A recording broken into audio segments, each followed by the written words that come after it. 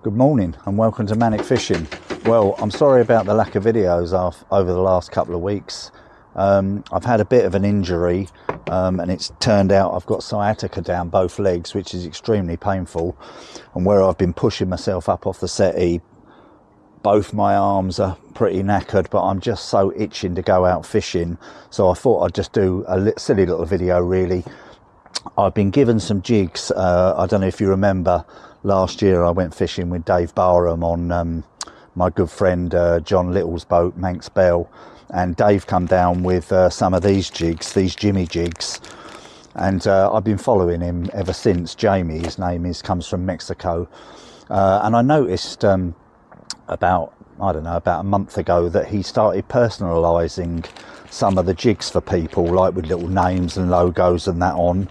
And so I got talking to him, and he come up and he's made me some. I got these through about 4 or 5 days ago.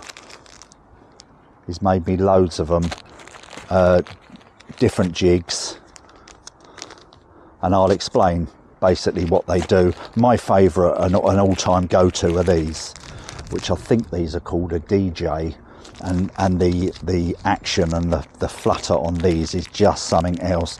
They come in, I think I ordered 100 grams, 120 and 180, which this is a 180, and it's actually sort of flat on this side and it's got like a rib on here. So once you put that down and flick it up onto its side, that flutters. It's just unreal. And this has got like a super glow on here, like a UV glow. You can just literally leave that out on your table and the sunlight will do that. Or I've got like a Tronics UV light in there, which I light them up. So let's get a few of them out and let you see what I've got. You'll have to excuse me, I'm a bit doddery. So yeah, different jigs. So like these are more. So basically, the rule of thumb with slow pitch jigging is the wider the jig, the better the flutter. But obviously, it'll pick the tide up more. So if you've got something like that and it's starting to be dragged away, you can step yourself down to say possibly something like this, which will go down. It'll still flutter, so it's still reasonably wide, but it's nice and flat, but that will go down faster. And then obviously the other extreme is this, which is, I was using something similar of Terry's. I think his was called Arrow, from, you know, Terry from Gigabyte. But as I say, Jamie's made me quite a few nice ones up, and I've got some lighter ones here, which are quite nice, which are only, I think these are only 60 grams. So I've got 2 rods here.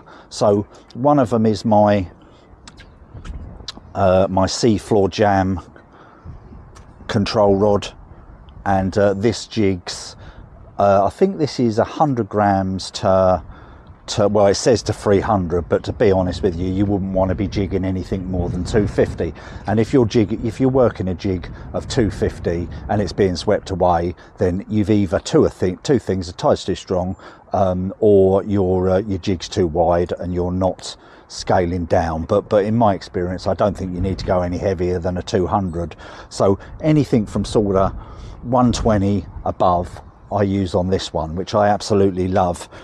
And I got this other rod from Terry, and this comes from Randy at Temple Reef, and this is absolutely beautiful. This is an anniversary edition, 10th anniversary edition, and this is a Temple Reef Levitate, I believe.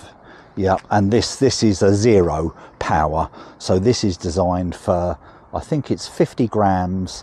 It says up to 150, but to be honest with you, I've had a 130 gram on it, and I wouldn't want to use anything more than that, I don't think. So basically, from a 50 gram jig up to say 100, I use on here. Anything bigger than 100, I use on that one.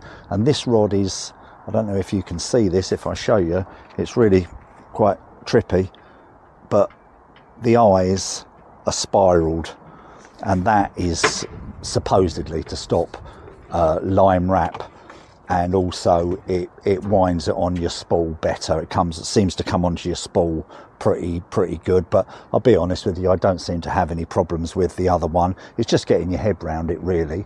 So let's show you some of these jigs I got. So I've got these ones, these DJ ones, in different. So that's the 180.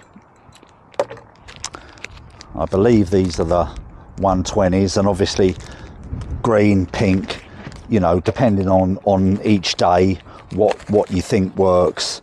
And then I've got these, I think these are a runda or something they're called, and I think these are 120, so it probably work on the smaller rod, but definitely on the bigger. And he threw in a few of these different ones, so I don't know how this is going to work. Feels quite heavy. I think that's about a 200 gram, so I'm not quite sure. What I like about these jigs that he's made is they come on this, I don't think it is string, but it's like almost like a heavy braid, and what that'll do is when that goes down, that won't tangle. So I asked for each one. I think sometimes he does them in single hooks, but I said on each one I want 2 hooks, so it just doubles my chances. That's not going to get caught round there. And what's the other ones I've got here? Yeah, and I've got these slightly smaller ones. Well, these are nice. These are a nice little one. And so I think this is about 100 grams, and this should go down beautiful. You know, you've got to see what the state of the tide is. If I can get away with using a wider jig like this DJ, I'll use it, because I know what the action is on them. It's something else. But if the tide starts to move a bit faster or whatever, it's quite a big tide, then you scale yourself down, scale your jig down. So this is lovely. I love this. I wish I'd have ordered a few more of these. And it's got slightly smaller hooks on this. I mean, don't forget that this probably is a bit of an overkill on here. This is only a 4.0, but it does look quite big actually. But over in Mexico they're going for grouper and things like that, you know. But we'll see how I get on. I've got hooks, spare hooks. It's all about the jig really. That's what I'm more concentrating on, of getting the good action with the jigs. So, oh yeah, this was the other one. So there's another little one here, which is quite nice. So yeah, super pleased with them. Yeah, as I say, sorry about the lack of content. With Manic Fishing, I only go out and I do a video of the day's fishing that I'm doing on that day. So I don't have weeks and weeks of a back file of videos. I literally go out, do the video. Normally that video will come out the week after I fished it. So I'm normally always a couple of videos in front all the time. And I was supposed to go down to Torquay to fish with Matthew, but unfortunately that morning I woke up on that Sunday, I could barely move, I couldn't get out of bed, so I had to cancel that trip, which was most unfortunate. I would have done a 2 video a day down there. I'd have sort of done a setup and a talk through with Matthew about his jigs, Joker jigs, and then the following video would have been of me hopefully smashing a few fish with him. So yeah, I don't want to tempt fate. I am managing to walk, but my walking speed is like an 80-year-old man pushing a Zimmer frame. I'm not very good, and my arm restriction, this one isn't too bad, but obviously where I've been pushing myself off the chair, this arm seems to be pretty much gone. So I'm just taking it easy. I just couldn't stay away from the boat. I've been stuck in the house now over 3 weeks. It's driving me crazy. I've watched 10 seasons of The Walking Dead, I think, in 5 days. Honestly, I'm zombied out. But yeah, I just wanted to do this just to show you that I'm not, you know, I'm still in the game, but obviously at the minute I just can't seem to fish and operate. So it's all about safety. I don't want to be out there if I can't tie on and everything else. And I like to fish on my own, just me and the dog. So I may well be taking my mate Gazza out with me.